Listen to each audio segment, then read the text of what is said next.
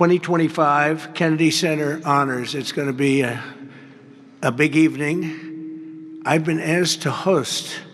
I said, I'm the President of the United States. Are you fools asking me to do that? Sir, you'll get much higher ratings. I said, I don't care. I'm President of the United States. I won't do it. They said, please. And then Susie Wells said to me, sir, I'd like you to host. I said, okay, Susie, I'll do it. That's the power she's got. Ladies and gentlemen, please welcome the President of the United States and the Chairman of the Board of the Kennedy Center, Donald J. Trump.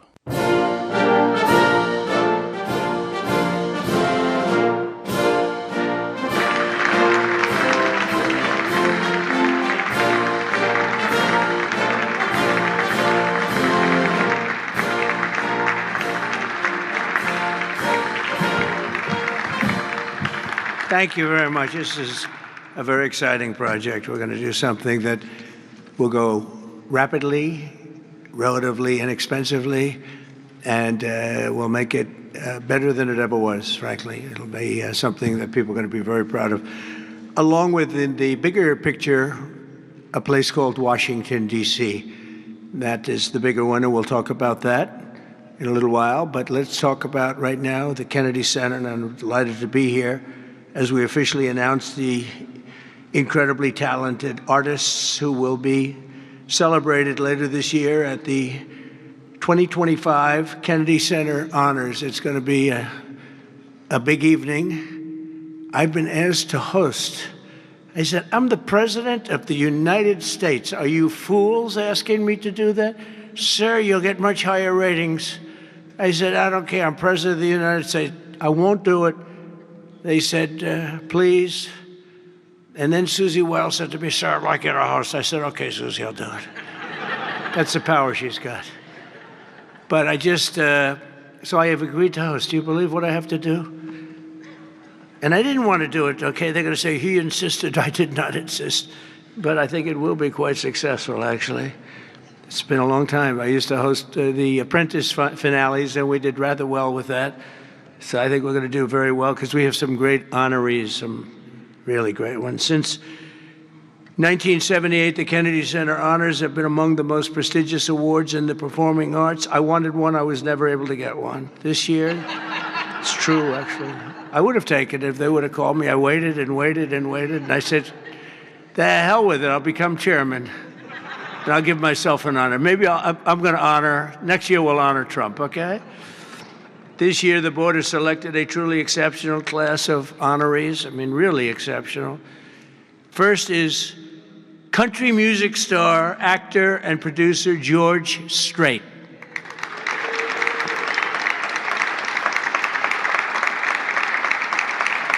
Great. Over an extraordinary 4-decade career, George has sold more than 120 million records worldwide, amassed 60 #1 hits, wow, and produced 33 platinum certified albums, more than any other living American. That is amazing.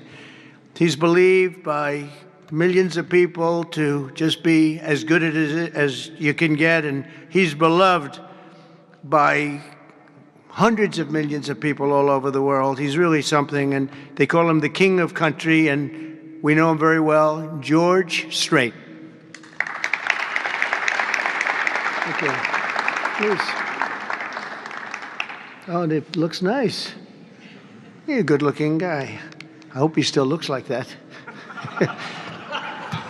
Second is actor, singer, philanthropist, and star of the Broadway stage. One of my favorite talents. I think he's one of the greatest talents I've ever actually seen. I've always said, and just so we don't get in trouble, I'll say among the greatest artists in the world are the Broadway London actors back and forth. That's all they want to do is they want to do Broadway and they want to do London.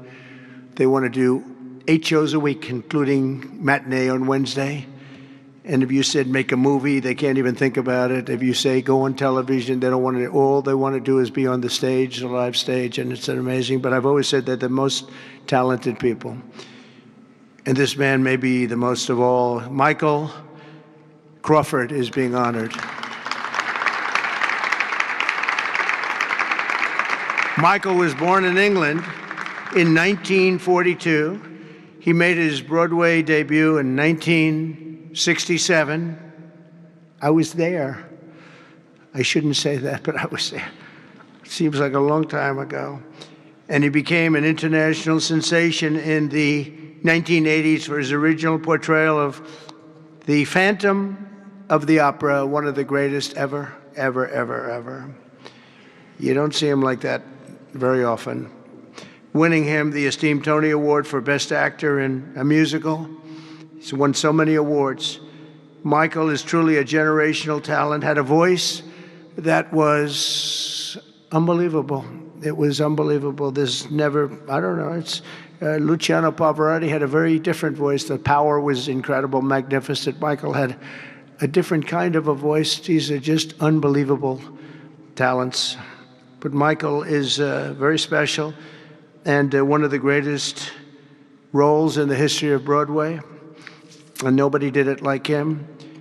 Michael Crawford, thank you very much. Great guy. Next, we look forward to honoring three-time Oscar nominee, Golden Globe Award winner, an action movie icon, and a friend of mine. He's a very unique man. He's somebody that doesn't do these things. I said, I wonder if he'll accept, because some people don't really want to be honored. They don't care. But he was very honored to be honored, I will tell you. He's a very special guy. A real talent, never been given the credit for the talent. There was nobody else could have done the roles that he did like he did. I'm not even close, and they've tried, and they didn't work out too well. His name is Sylvester Stallone.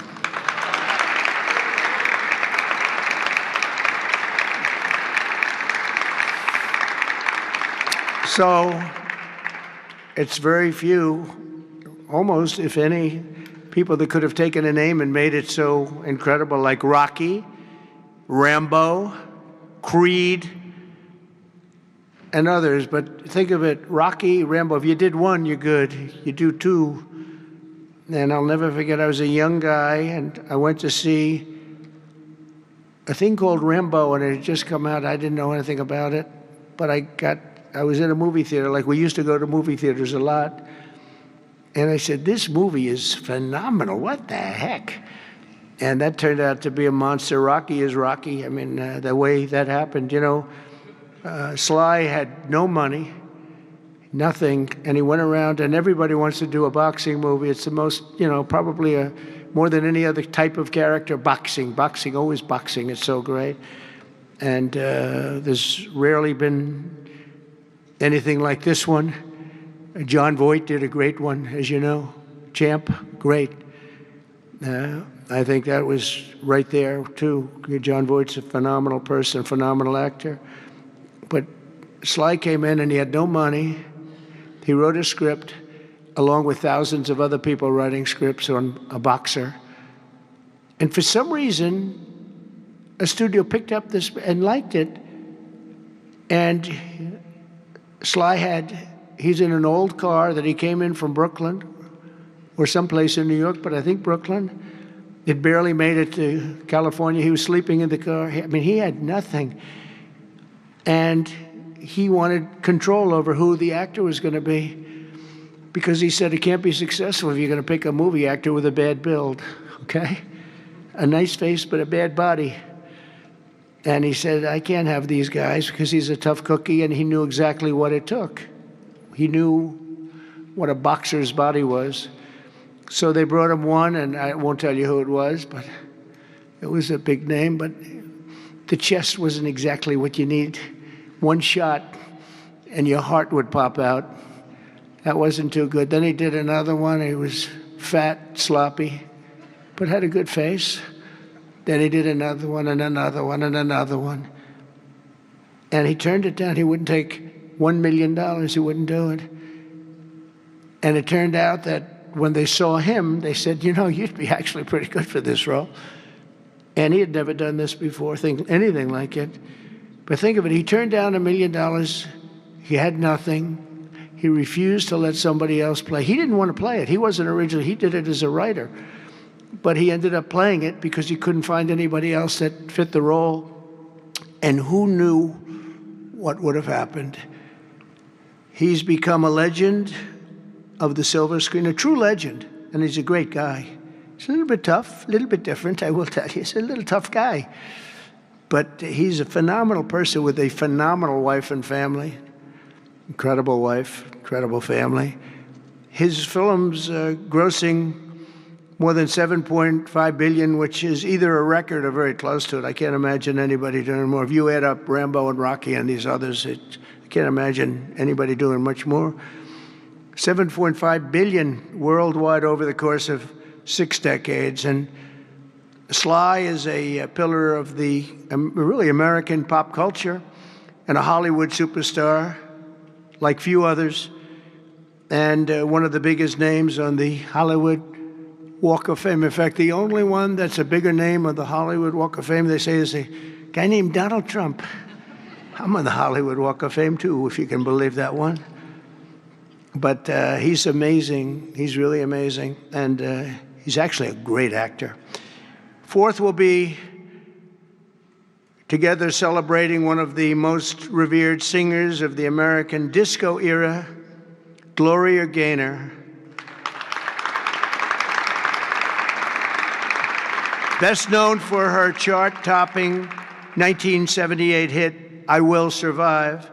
Gloria won the 1980 Grammy for Best Disco Recording, and her song was inducted into the National Recording Registry in 2016. 4 decades later, Gloria won a second Grammy in 2020 for her gospel album, Testimony, which is incredible.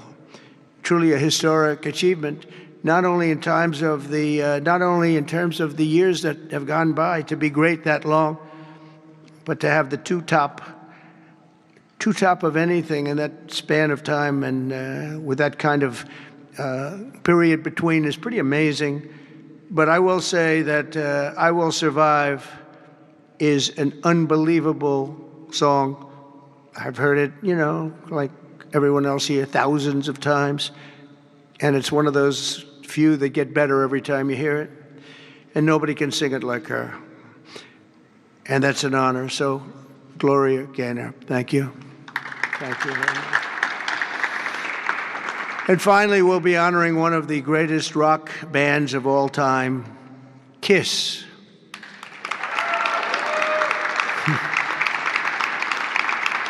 So Kiss was formed in 1973 in New York City by founding band members, and incredible people, by the way, Paul Stanley, Gene Simmons, Ace Frehley, and Peter Criss.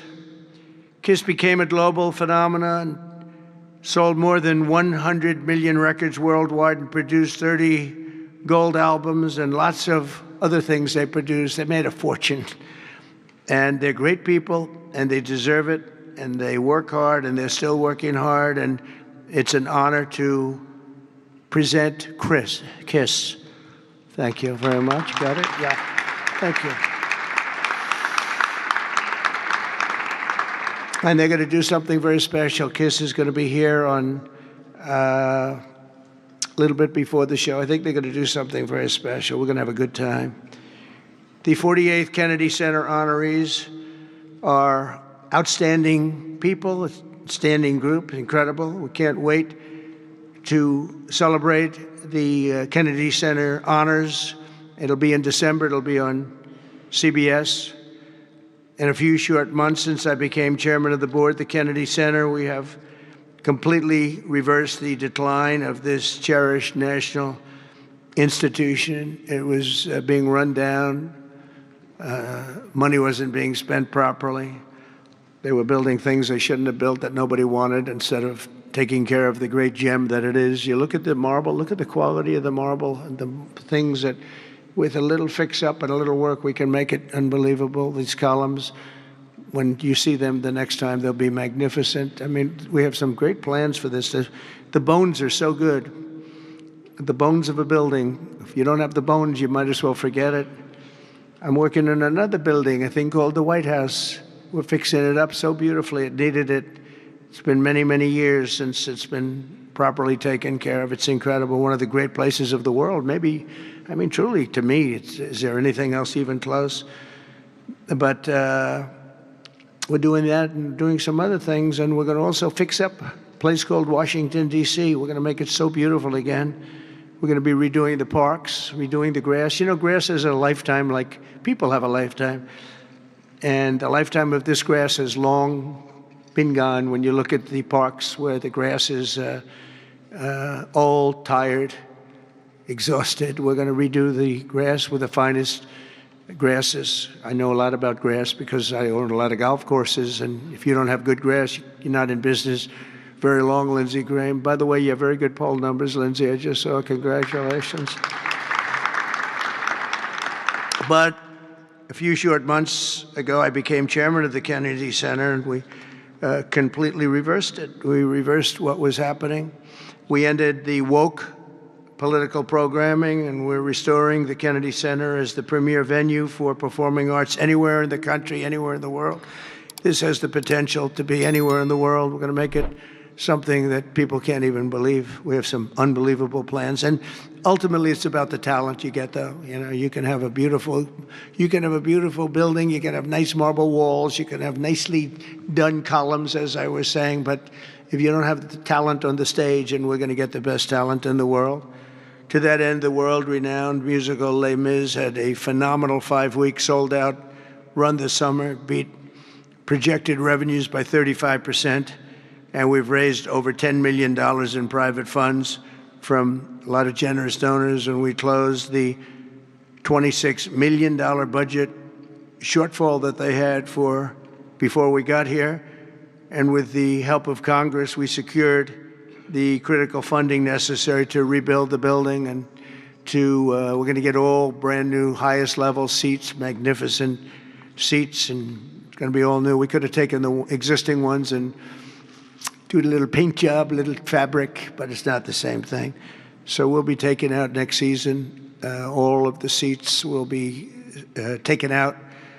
The room is being completely rebuilt, and I just want to thank the Republicans in the Senate, headed by Lindsey. In that case, Lindsey was she's a big fan of this building, and they got a record $257 million that's going to go toward renovations that the building really needs, and all of the exterior is going to be incredible. It's going to be exciting. So I thank you very much, and thank all of your Republican senators. I don't think we had too many Democrat votes, probably. You never have. We don't have Democrats voting even for crime. But I shouldn't make this political, because they made the Academy Awards political and they went down the tubes.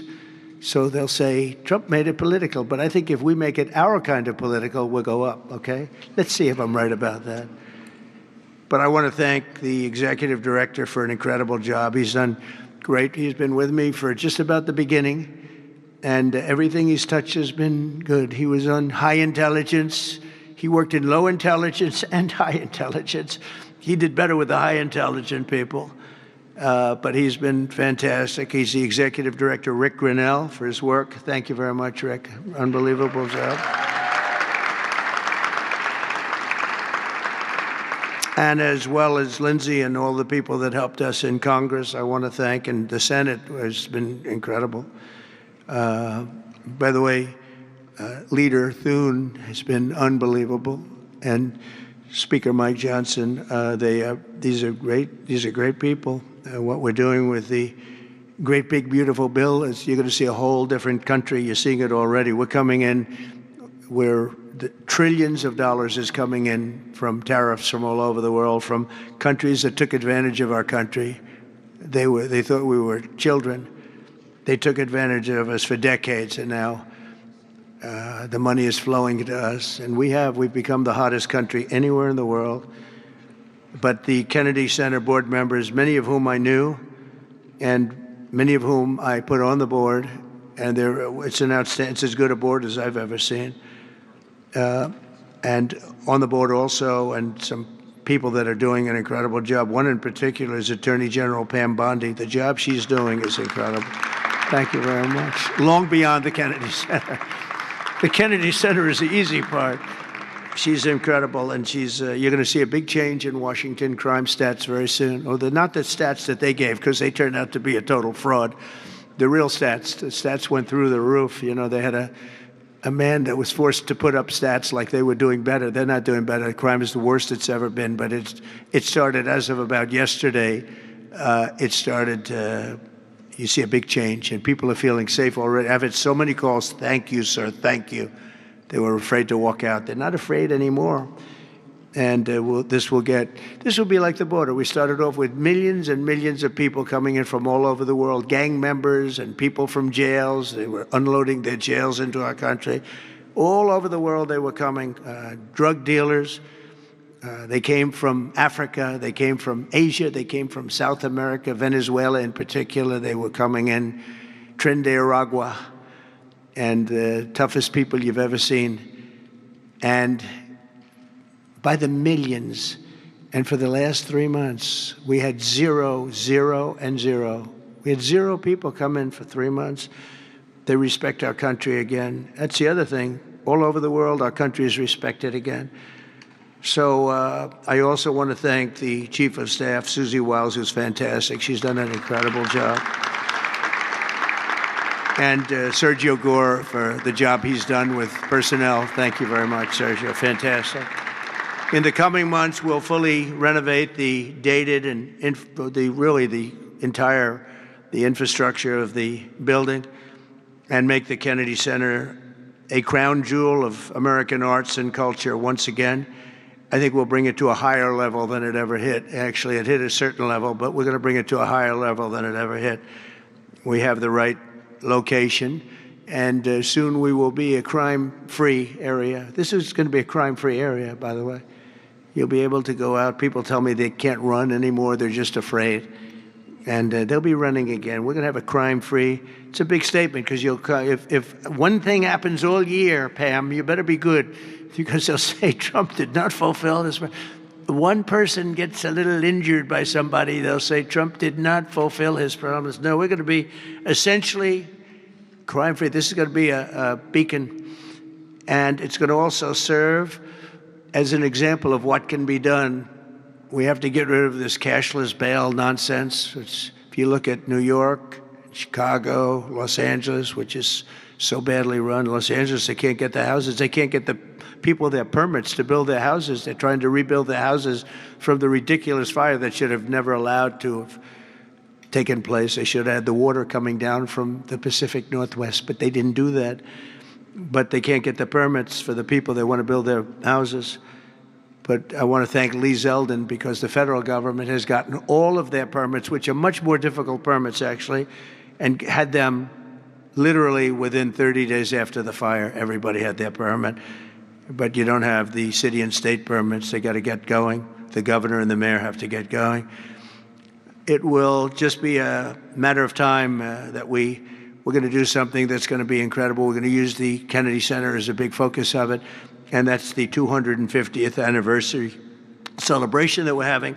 So it's 250 years. So we have the Olympics, we have the World Cup, and we have the 250th anniversary celebration, all in this administration, and it's an honor that we were able to not be allowed to do what we were illegally and what we were supposed to do, and that was we had a great election in 2020. We won the election by a lot, but it was a rigged election, and we had to wait 4 years, and we waited 4 years, and it's interesting because I got the Olympics and I got the World Cup. I can't claim that I got the 250th. That one's a big one, but I happen to be here. But I got the Olympics, I got the World Cup, and I said the shame of it is that I'm not going to be president when it happens. And lo and behold, look what happens. We have some bad things took place, and now I'm going to be president for the Olympics. I'll be president for the World Cup, and the 250th is going to be maybe more exciting than both. It's a great celebration of our country. We're going to be using this building for a lot of the celebration having to do with 250 years. But as I said earlier, I'm determined to make Washington, D.C. safe, clean, and beautiful again. It's going to take place very rapidly. Be prepared. And a big part of that's going to include the Kennedy Center. So thank you very much, and I want to thank everybody for helping us. This is mostly the group right here they're young, they're smart, they're ambitious, they want my job. Someday one of them will probably have it. But we have a great group of people that are putting this together, and they're also helping us with Washington, D.C. We're going to make Washington beautiful. We're going to redo roads. We're going to redo the medians, the pavers, and the medians all throughout the city. We're going to take all the graffiti off. We're going to have to remove the tents and the people that are living in our parks. We're going to be redoing the parks, the grasses and all. We're going to be going to Congress for a relatively small amount of money, and Lindsey and the Republicans are going to be approving it. I don't know about the Democrats. They don't approve anything. It's amazing. It's like they just don't want to vote for anything. They've got the yips. You know, in golf they say the yips. The Democrats are afraid to do anything because they don't want to be criticized. But fighting crime is a good thing. We have to explain. We're going to fight crime. That's a good thing. Already they're saying, he's a dictator. The place is going to hell, and we've got to stop it. So instead of saying he's a dictator, they should say, we're going to join him and make Washington safe. But they say, he's a dictator. And then they end up getting mugged, and but the stats are very bad. But we're going to, I think we'll actually get Democrat support. I really believe they can't do this one too. It's, they talk about 80-20 issues. But I think many of those 80-20 issues, like men and women's sports, I think it's 97-3, not 80-20. And I think crime is maybe 100-0. So I think we may get very well some Democrat support, but I hope so. But even if we don't, we have the majority, so we're going to vote it in as Republicans, and we're going to do something. And that's going to serve as a beacon for New York, Chicago, Los Angeles, and other places all over the country. Our whole country is going to be so different and so great. Going to be clean and safe and beautiful, and people are going to love our flag more than they've ever loved it, and we're going to do a great job. So I want to congratulate all the nominees. They're unbelievable people, and we're going to have a tremendous day in December, and that evening is going to be special, some really special people and real talent. Do you have any questions? Yes, please. Hi, sir. There's new reporting that the Russians have hacked into some computer systems that manage U.S. federal court documents. I wonder if you've seen this reporting and if you plan to bring it up with Putin when you see him later in the week. I guess I could. Are you surprised? Are you surprised? They hack in. That's what they do. They're good at it. We're good at it. We're actually better at it. But no, I have heard about it. I have heard about it. Mr. President. Please. Thank you, Mr. President. You mentioned congressional Democrats. You have not yet met with Democratic leadership, but there's a funding deadline at the end of September. Do you plan to meet with Leader Schumer and Leader Jeffries to discuss that situation? Well, I will, I guess, but it's almost a waste of time to meet because they never approve anything. If we want money to fight crime, if we want money to do only good things, just good things. Let's not even talk about controversial. They don't want to meet about anything. They really are. They're stuck. They don't know what to do. They have probably more, I would say more than half are sane, but they are led by insane people. And the kind of things that they're pushing are not something. We have a communist running for the mayor of New York. And I wish him well. I may have to deal with him. I mean, it's not even conceivable. It's not even conceivable that could happen. And maybe he won't win, but he won the primaries by quite a bit. Shockingly, he won the primaries. So, and you see some of the people supporting him that truly don't believe what he's espousing. So, I mean, we will meet, but nothing's going to come out of the meeting. But here's the advantage we have is that we just passed the great big beautiful bill that had all the biggest tax cuts in history. No tax on tips, no tax on Social Security. Think of it. Think of that for the seniors. No tax on overtime. And all sorts of things. You go out, buy a car, you can deduct the interest payment. If you borrow money, you can deduct the interest payment from your taxes. So many things. But the biggest thing is from a business standpoint, deductions, that was tremendous. It's going to, our country is roaring. Our businesses are, you're going to see some numbers in 12 months when these factories are open. We're opening up factories all over the world, all over the country, but that's all spreading to, I think we're spreading the wealth all over the world, if you want to know the truth. But we're opening them in this country at a level that we've never seen before. We've never seen. So they just don't want to prove anything. They just, we meet with them and they say, as Nancy Reagan said, just say no. They go, oh, just say no. They're afraid to approve anything. If we say, we want to stop crime in this country, or, as an example, bail, we want to make it so that people, if they murder somebody, they're in jail. They don't get out on no bail. They say, we don't want that. We want people to murder somebody, and they immediately are released, and they go out and murder somebody else. It's a big problem, a tremendous problem. By the way, we're going to go for statutes in D.C. and then ultimately for the rest of the country where that's not going to be allowed, because it was when they did the cashless bail thing that the numbers really started going up. In this city, in New York, in Chicago, in Los Angeles, no matter where they have it, the numbers went through the roof. So we're going to meet with them, of course. I'd like to meet with them. We're going to tell them all these good things, and they're going to tell us no. And then we're going to go out and we're going to vote it in by the Republicans, because I don't believe that anybody is capable of making a deal with these people. They have gone crazy. Go ahead. Thank you, Mr. President. Thank you. Your federalization of the police has a 30-day limit unless Congress acts to extend it. Are you talking to Congress about extending it, or do you believe 30 days is sufficient? Well, if it's a national emergency, we can do it without Congress, but we expect to be to Congress, before Congress, very quickly. And again, we think the Democrats will not do anything to stop crime, but we think the Republicans will do it almost unanimously. So we're going to need a crime bill that we're going to be putting in. And it's going to pertain initially to D.C. We're going to use it as a very positive example. And we're going to be asking for extensions on that, long-term extensions, because you can't have 30 days. 30 days that's by the time you do it. We're going to have this in good shape. And don't forget, in the border, everyone said it would take years and you'd have to go back to Congress. I never went to Congress for anything. I just said, close the border. And they closed the border. And that was the end of it. I didn't go back to Congress. We're going to do this very quickly, but we're going to want extensions. I don't want to call national emergency. If I have to, I will. But I think the Republicans in Congress will approve this pretty much unanimously. Mr. President. Please, go ahead. Thank you, Mr. President.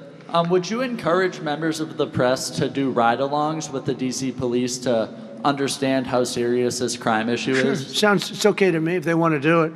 We're going to work with the D.C. police. A lot of very good people in there. Not all, but a lot of very good, very, very professional. And, we have a big force. I think they said 3,500. They're always asking the mayor, who's a very nice woman, but got to do the job. We've worked with the mayor for 6 months, and she's been here for many years. And the numbers are worse than they ever are. Don't let anyone tell you they're not. And the whole statistical charts that they made, the whole thing is a rigged deal. They got rid of the guy because he didn't want to do the numbers the way they wanted to, and they put their own numbers out. They said it's the best in 20 years. No, it's the worst in 20 years. But we're going to be very open about what we're doing. So if the media wants to ride with police, if they want to do it, if they feel it's safe, that would be okay. Yeah, please, go ahead. Sir, with President Zelensky. Thank you, Mr. President. Mary Margaret with Daily Wire. 2 questions on D.C., if that's okay. How do you feel about Mayor Bowser's level of cooperation and her choosing to advocate for D.C. statehood right now? And well, the statehood, let me do that one. Okay. Statehood is ridiculous. We want to straighten the place out. Statehood's ridiculous. It's unacceptable. It's the Democrats want it because the Democrats have, about 95% in this little area. Even I didn't get it very much. They want that. They want to pick up 2 senators, and it's not going to happen. It's not going to happen. And that's the least of the reasons why, by the way, but that's one of the reasons why. What we want to do is make Washington, D.C., the greatest, most beautiful, safest capital anywhere in the world, and that's going to happen. I mentioned the word bones before. The bones here, the bones, we have the greatest bones. When you look at that Supreme Court building, I think it's one of the most beautiful buildings. When you look at some of the buildings here, it's so magnificent, and everything's good, but it's just dirty and not properly maintained. It's not taken care of. Potholes in the roads. All of it's going to happen very quickly. We're going to seek a relatively small amount of money for fix-up, and we're going to put it out to bid. And we have great contractors here, great road builders, everything. And we're not ripping roads apart so they're closed for 4 years as they redo the concrete bases. And you don't need that. We need a beautiful topping by a very talented asphalt-type person, somebody that does the job. We go out, you know, when I get contractors, I use great contractors. To me, a great contractor is very special, like a great surgeon, like a great teacher, like a great nurse. A great contractor is very important. We'll only use the best. And when you put a coat of asphalt on that 2 inches of asphalt, 3 inches of asphalt, it looks brand new. You take all the garbage off. They reseed it, as we call it, or different names, but they take the bad stuff off and they put the good stuff down. It takes not a long period of time. A matter of a few days, you'll have a beautiful, magnificent road. You fix up the curbs. You get rid of the medians in this town are just horrible. You know, you're riding around, I think to myself, leaders come from foreign countries. You see, with leaders all the time, different leaders. They came in from India recently and from everywhere. They came in from a war that we just ended, Azerbaijan, and you know that, and Armenia. We just ended the war. The two leaders came in. One of them said, "My country looks better. The roads are better than, you know, we were talking about it." I said, "What do you think?" He said, "Well, the roads are better in Armenia than they are in Washington, D.C. It's embarrassing." And I was asked at the last press conference, they said to me, "How important is it? You're doing world peace. We're going to on Friday to Alaska, meeting with President Putin, Russia. How important it is that the capital is important?" I said, "Very, very important." I told my father, said to me, "When you see a restaurant and you want to go and you want to have dinner, and then you go up to the front door and it's dirty, turn around and go back because the kitchen's dirty." It's the same thing with the capital of the United States of America. If it's dirty and unsafe, it sets a bad tone for the rest of the world. So we're not going to do that. We're going to have this capital fixed up, safe, clean, and beautiful in a very short period of time. Go ahead, please. In the back? Yeah, please. Yes, Mr. President, how were your calls this morning with European leaders, and was it your call not to invite President Zelensky to your meeting with Putin? No, just the opposite. No. We had a very good call. He was on the call. President Zelensky was on the call. I would rate it a 10, you know, very, very friendly. I know the leaders because I was at NATO, as you know. I took it from 2% to 5%, 2% that wasn't paid, 5% that is paid, which is trillions of dollars in defense capability. No, it was always going to be, I was going to meet with President Putin, and then after that, I'm going to call the leaders and President Zelensky. I'm going to call President Zelensky, and then I'll call, probably in that order, the leaders. There's a very good chance that we're going to have a second meeting, which will be more productive than the first, because the first is I'm going to find out where we are and what we're doing. Again, this is Biden's war. This isn't my war. He got us into this thing, and it should have never happened. This war would have never happened if I were president. But it is what it is, and I'm here to fix it, and I'm here to stop 6,000, 7,000 people last week. 7,213 people last week were killed, mostly soldiers. But missiles being lobbed into towns don't exactly help either, but mostly soldiers. And Ukrainian and Russian, they're not American soldiers, but you know, if we can save a lot of lives, it would be a great thing. I've stopped 5 wars in the last 6 months. And on top of that, we wiped out the nuclear capability of Iran, obliterated it. It's turned out to be a correct word, by the way, because, you know, some of the press said, well, maybe it wasn't obliteration. It was obliteration. And we're going to meet with, I would say, the second meeting. If the first one goes okay, we'll have a quick second one. I would like to do it almost immediately.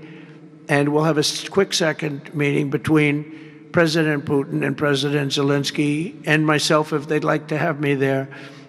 And that would be a meeting where maybe it could be absolutely work. But the first meeting will not work that out. Certain great things can be gained in the first. It's going to be a very important meeting. But it's setting the table for the second meeting. I think the second meeting, if the second meeting takes place, now there may be no second meeting, because if I feel that it's not appropriate to have it because I didn't get the answers that we have to have, then we're not going to have a second meeting.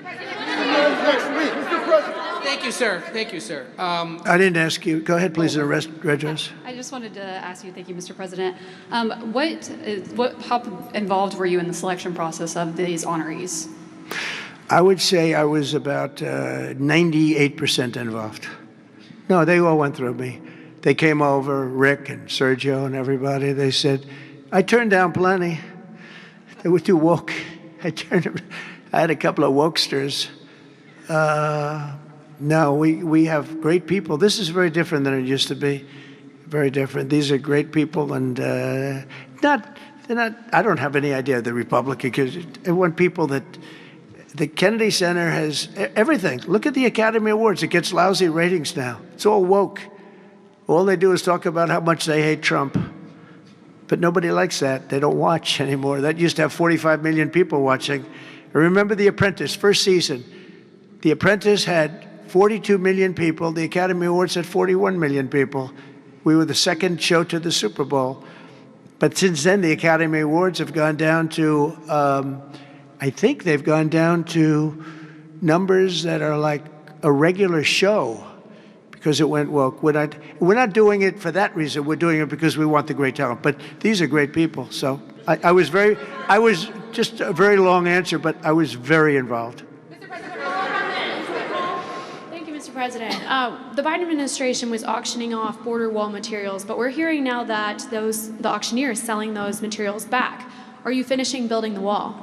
Well, I built hundreds of miles of wall, and I was getting very close. I actually finished the wall, but then I added another 200 miles, because when you do the original wall that I said I was going to build, which I got built, and I got it to the specifications of the Border Patrol and ICE, the exact. They wanted steel, they wanted concrete inside, they wanted rebar inside that, they wanted it to have wires. We have the walls are wired for, all of the internet stuff and security things.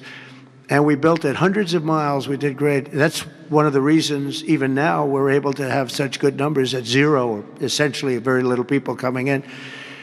But Biden, I ordered for another 200 miles. I was going to do another 200 because it's the way it is.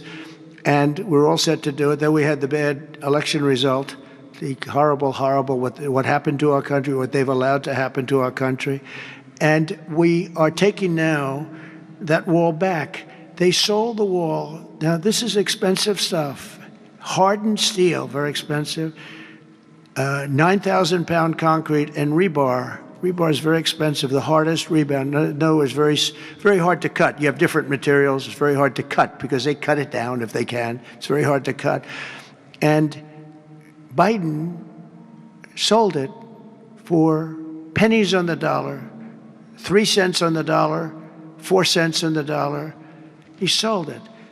And I said, these guys really don't want it. That was when I first realized, when I saw the wall was being put up, because we could have finished the rest of the wall in about 4 weeks, anywhere from 3 to 4 weeks. It was all set to go. It was laying down, ready to be put up. The foundations were, and they took over, and they said, we're going to sell the wall. And they sold it, as you know, for pennies on the dollar. Well, Pam Bondi's been working very hard on suing that company, and I think they reached a settlement where we're taking the wall back. But they stole the wall from us. That wall is so expensive to build, and we had it, as you know, hundreds of miles of it, and they came along and they basically sold it for scrap. And what a shame that is. But that was when I first realized that these people actually want to have open borders. And no country has poor countries don't have open borders. No, we had open borders where people just walked in. It didn't matter what they looked like, who they were. We had 11,888 murderers, half of whom killed more than one person. Literally killed more than one person. And this is who we took into our country. So the wall is the least of it, but we're going to take the wall back. We're paying a small amount of money, as I understand it, to get it back, to get rid of the litigation. We'll take it back. We'll put it up. Yeah.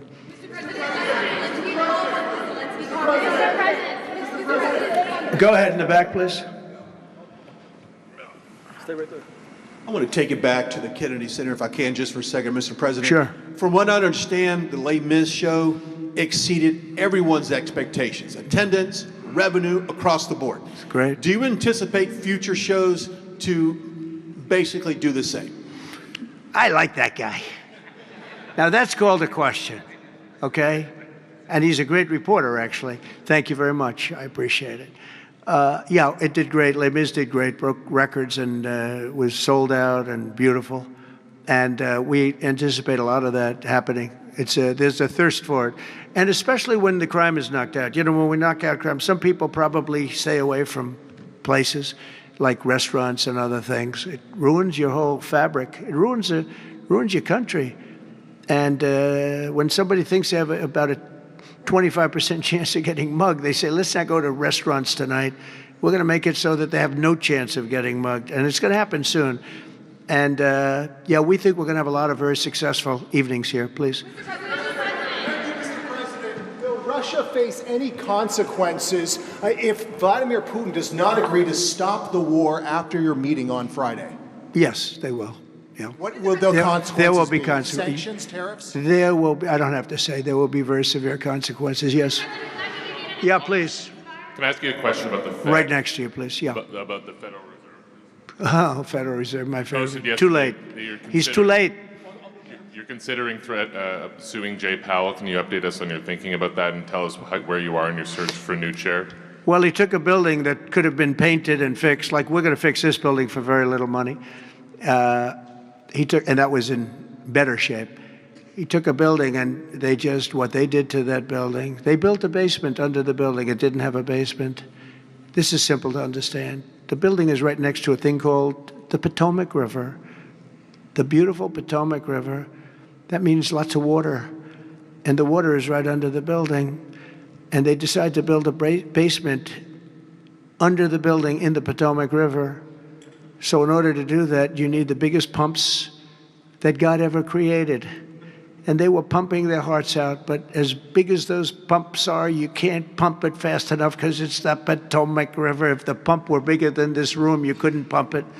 But they tried, and they've been building a basement. And I said, why did you want to build a basement? I thought it would be a good idea, sir. A basement is the least valuable floor in a building. I know a lot about real estate. The least valuable thing is the basement. And you don't build a basement under a building that is 2 feet above the river that's right next door. You know, it's right near the river. People don't realize the river's right out their window. And that's the beginning. They did just a terrible job. Instead of, I could take a ceiling like this, they'd rip out the ceiling because they see a crack. Let's rip out the ceiling. And I would fix the crack and I would paint the ceiling.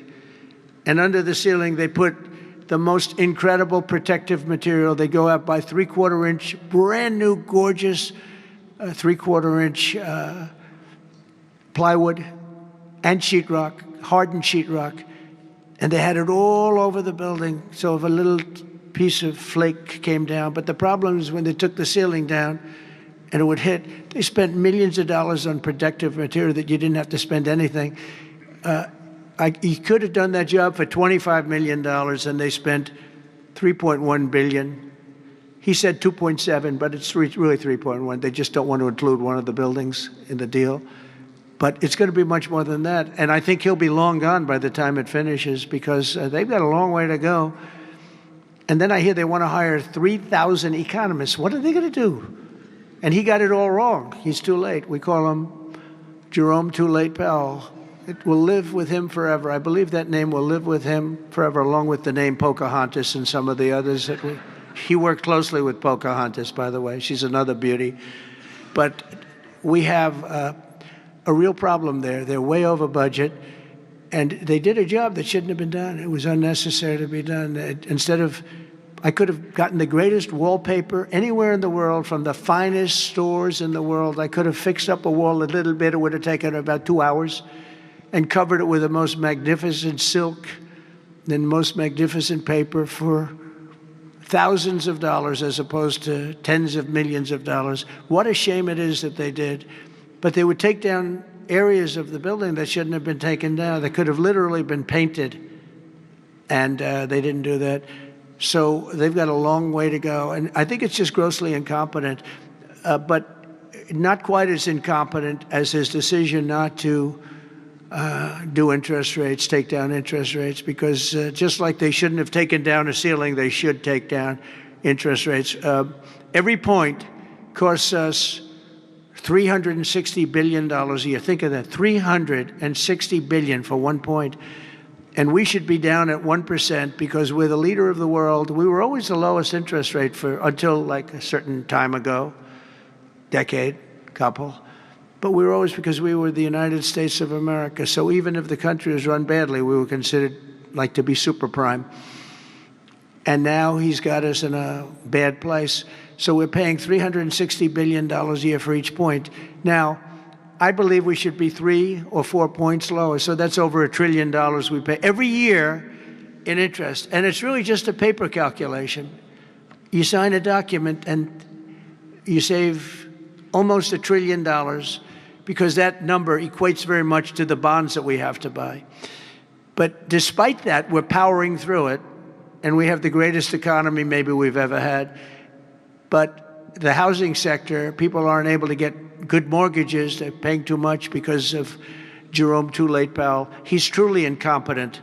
And we'll be making another. We put a very good man in temporarily in the one spot because one of the people that was appointed by the Democrats left early. And I heard left because that person wanted lower interest rates. And I heard quit, but I have no idea. I'm sure she won't say that. I'll be naming a new chairman sometime within the next. I think I'll name it a little bit early, the new chairman. I'm down to 3 or 4 names, all good, all great. The problem is you name them and then they turn out to be not good. That's happened to me a couple of times. You name somebody, they tell you everything you want to hear, and then they go in and they turn out to be not good. I mean, he told me everything that I thought was appropriate. He turned out to be a stiff, real stiff. But other than that, I think he's doing a very good job, yes. Okay, maybe 1 or 2 more. 1 or 2 more. Yes, sir, please. Go ahead. Mr. President. Looks like Scott Bessent. Are you the Treasury Secretary? You don't want me for Treasury. I don't know. You look like you could do a good job. Go ahead. I keep my family budget okay. Sir, when you meet with Vladimir Putin Friday in Alaska, yeah, do you believe you can convince him to stop targeting civilians in Ukraine? Well, I'll tell you what. I've had that conversation with him. I've had a lot of good conversations with him. Then I go home and I see that a rocket hit a nursing home or a rocket hit an apartment building and people are laying dead in the street. So I guess the answer to that is no, because I've had this conversation. I want to end the war. It's Biden's war, but I want to end it. I'll be very proud to end this war along with the 5 other wars I ended. But I guess the answer to that is probably no, because I would have had a good conversation with Vladimir. I knew him very well. I got along with him great, actually. We had I had to go through the Russia hoax, and it was actually it was a strain on the relationship. I actually told him, I said, they got this phony investigation going on, Russia, totally phony, created by Adam Schiff, Shifty Schiff, and Hillary Clinton and the whole group of them. And it made it very dangerous for our country because I was unable to really deal with Russia the way we should have been. I'm looking at Pam because I hope something's going to be done about it. These people put our country at great danger. And Adam Schiff, it was all made up. It was a hoax. The Mueller report came out. They all hated me. They had 18 Trump haters. And they said I did nothing wrong. They couldn't believe, they couldn't find anything. After years of investigation, it was all a hoax. It was a hoax created by the Democrats, but in particular Schiff and Crooked Hillary, the whole group. And now we've learned all the stuff that's come out over the last 2 months is incredible through intelligence. And hopefully something's going to happen with it. These are people that put our country in danger, in real danger. I want to thank you all very much. Thank you very much. Thank you.